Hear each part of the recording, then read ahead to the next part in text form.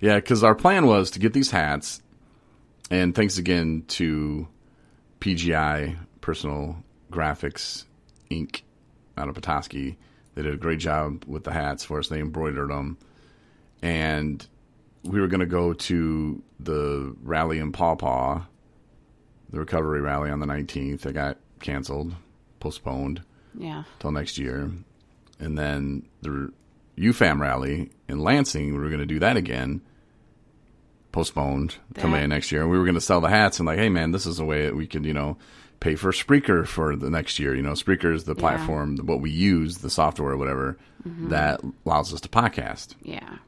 So that's going to be renewing again. And we got to come up with a few $100. And it's like the money would help for that kind of thing. And, to keep the website going. I think that renews in January or February. So it's like it takes money, and mostly it's been coming out of my pocket, in your pocket, I guess, too. But that's what, selling some of the merchandise will go for, at this point in time.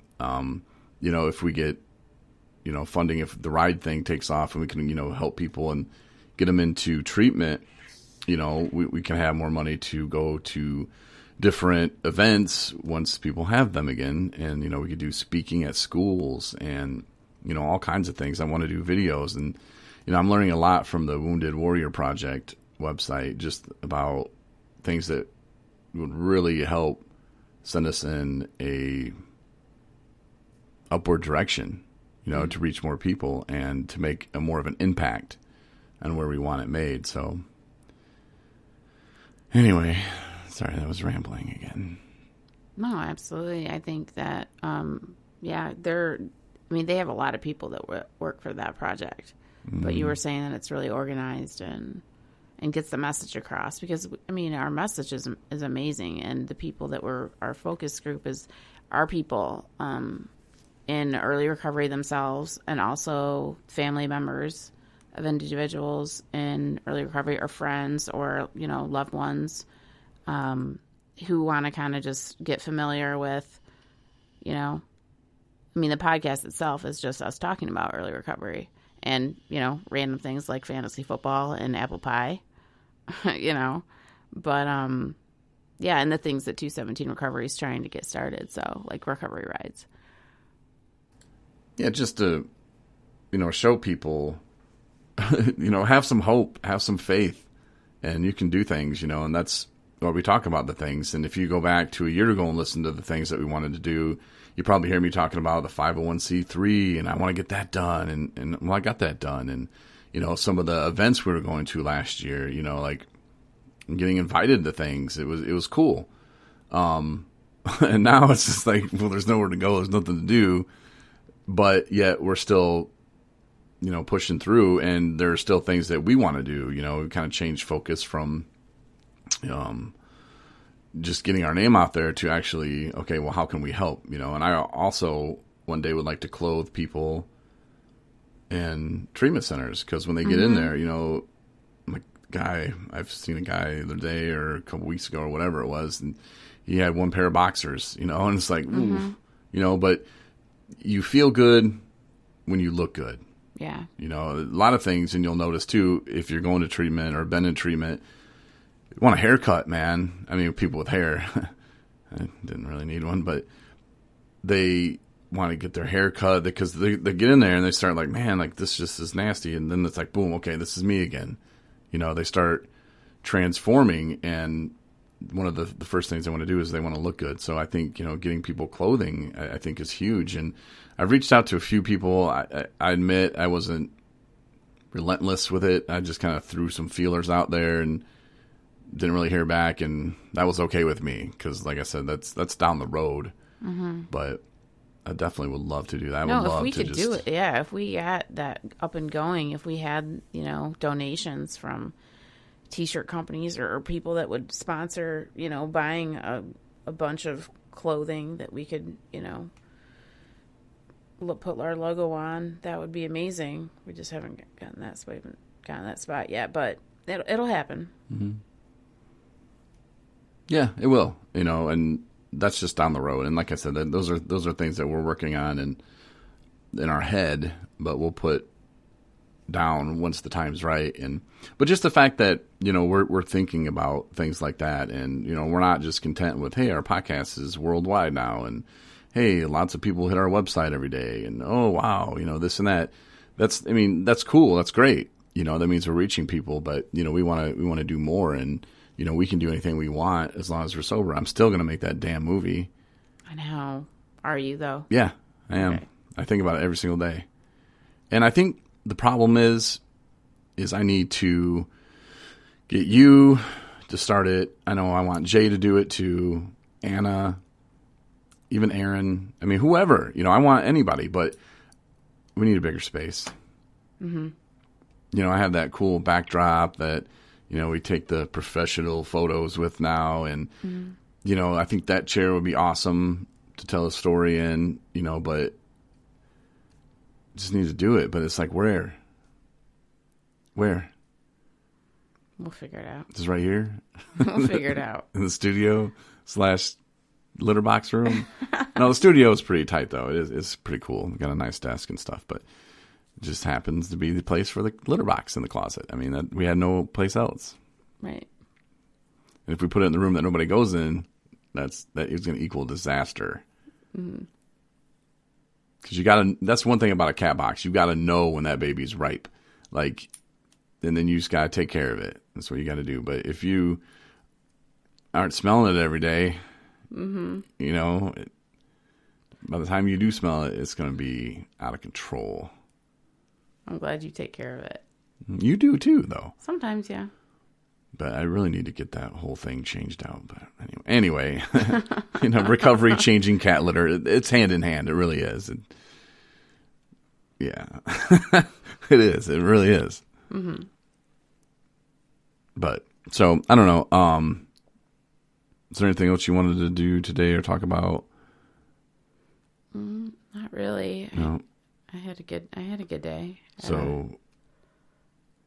I will tell you that I came across a woman who had camp. Oh my God, no. Anyway, she was living in transitional housing, and I think she's been there.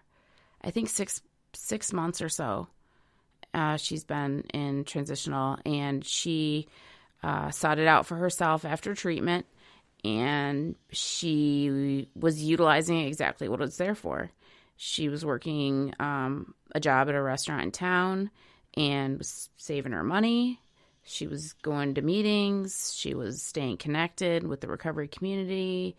She was meeting with her therapist. And, things started coming together. And, she was ready to spread her wings. And she ended up, finding her own place. And decided she was at a spot in her life that she was, strong enough and ready to, make that next step into living, on her own. So she's going to be with a roommate, who's sober as well. So that's awesome. And it just made me feel really good. I mean, I'm not taking any credit for, the leaps and bounds that she's, accomplished. She did all that on her own.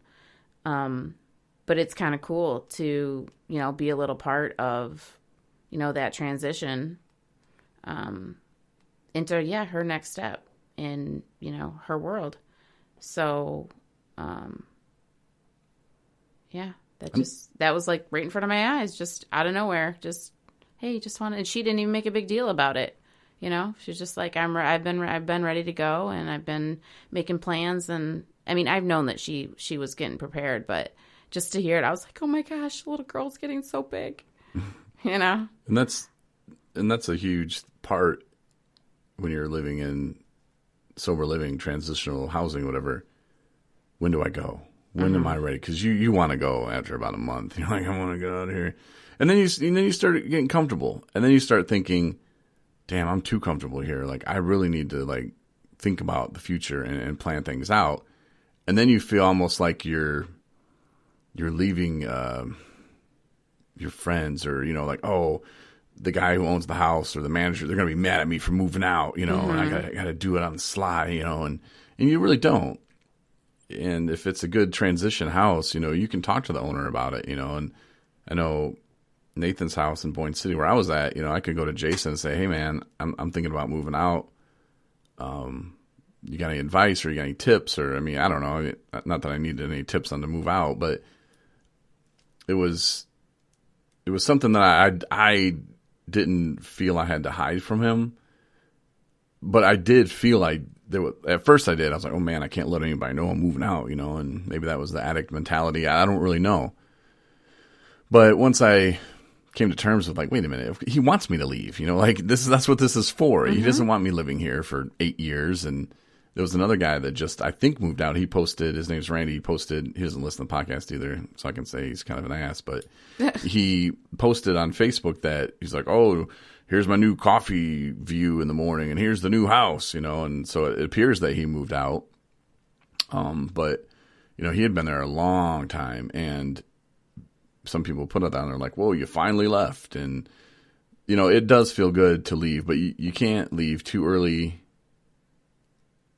You just have to kind of go with it. And a lot of people that I saw leave the transition housing left because they had to go back to rehab, left because they were using. Yeah. Majority of them, they did. And that's unfortunate, but that was part of their journey. And hopefully they made it back. I know one guy that made it back, his name's Ryan. And he reached out to me the other day, Ryan, and he wants some 217 gear. Mm-hmm. And he said he's going to hit me up this weekend and talk about it. And I was like, absolutely. But, he was at a place where he wasn't that ready. And he didn't really know what to do and ended up, I think, going to a different treatment facility. I think that was probably more suited for him. And, he's back now. He's doing great. He looks great. His attitude's great. He's going to be working at a treatment facility. And I was just like, good job, man. I'm glad you made it back. Mm-hmm. Because he was at a really dark place. And, it just kind of goes to show you that don't give up. Because you can do it. You really can. And, just because you have gone through a transitional housing, sober living, and you didn't make it there. I was kicked out in Grand Rapids. Talked about that a few weeks ago. I wasn't ready, man. And I wasn't a bad person, mm-hmm. And I don't think people that, drink or use whatever when they're in one of those places are bad people. I didn't try to take other people down with me. Right. That's where it can kind of get borderline. Like, I don't know, man. If you want to go drink and get kicked out of the house, that's fine, but you don't have to take 3 or 4 people with you. Mm-hmm. But yeah, so I'm glad that that Ryan's doing his thing, and I'm really proud of him. Really am. That's great. Good for him. For sure. We I do have a few people that I've asked to consider being on the podcast. So in the next week or so, we're going to have some individuals as guests here on 217 Recovery Podcast, share their experience, strength, and hope, and kind of how their world fits into recovery. Cool. Well, let me know, and we'll get them on. I will. I think we're going to have them in the studio. Really? Yeah. Bust out making a road trip. Yeah. Where are they from? You can't say. Is it a secret? No. They're from Africa? I want to say Houghton Lake. I think. Oh, you weren't sure. One individual. I think, yeah. Ah. Okay. And then the other individuals from Gaylord. It's a cool vape shop in Houghton Lake. The lady's gangster is cheesy. Really? Mm-hmm. Yeah, it was like we went down there for recovery coach training. Ask him to bring a care package. Could you stop by? Oh man, yeah. I had her card in my wallet for the longest time. Moose, there's something about Moose, I think, or Moose is Loose or something like that. But she was really cool, and it was right when they banned flavored vape juice, and she was like, "Man," she was selling out of her trunk. She was like, "I don't care what the cops going to do, come in here and arrest me." I was like, "That's what I'm talking about." No, yeah, it was great. She's like, "What you need?" I was like, "Damn, what you got?" It was great. But, yeah, so anyway, yeah, back to your guest. That's cool. Good. Look forward to that. And, that woman who, moved out of transitional, hey,